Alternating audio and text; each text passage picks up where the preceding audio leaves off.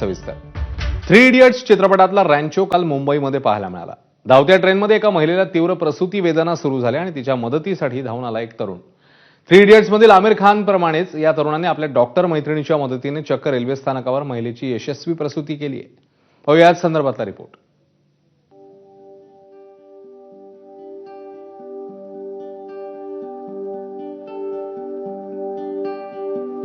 पहली बार किया है जीवन में मैंने ये।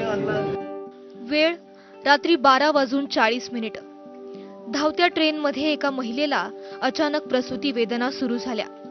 तिला वेदनेनं तळमळताना पाहून धावून आला विकास बेद्रे नावाचा एक तरुण देवदूत। 3 इडियट सिनेमातला प्रसूतीचा काल्पनिक प्रसंग कितीही वेळा पाहिला तरी आपल्या अंगावर काटा येतो। इथे तर हीच घटना प्रत्यक्षात घडली।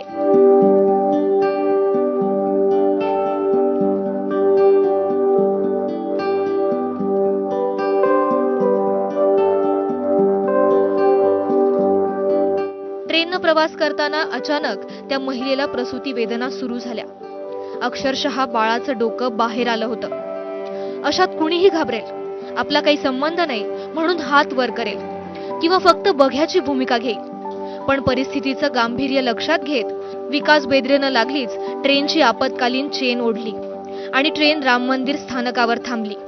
विकासनं एका बाकड्यावर महिलेला झोपवलं आणि आपली डॉक्टर मैत्रीण देविका देशमुख यांना व्हिडिओ कॉल केला। पेशानं कॅमेरामन असलेल्या विकासकडे कोणतंही वैद्यकीय ज्ञान नव्हतं, पण देविकाच्या मार्गदर्शनाखाली सूचनांचं तंतोतंत पालन करत विकासनं त्या महिलेची यशस्वी प्रसूती केली। विकासच्या प्रसंगावधानामुळे आणि धाडसामुळे आज बाळंतीण सुखरूप आहेत। प्रज्ञा पोवळे, एबीपी माझा, मुंबई।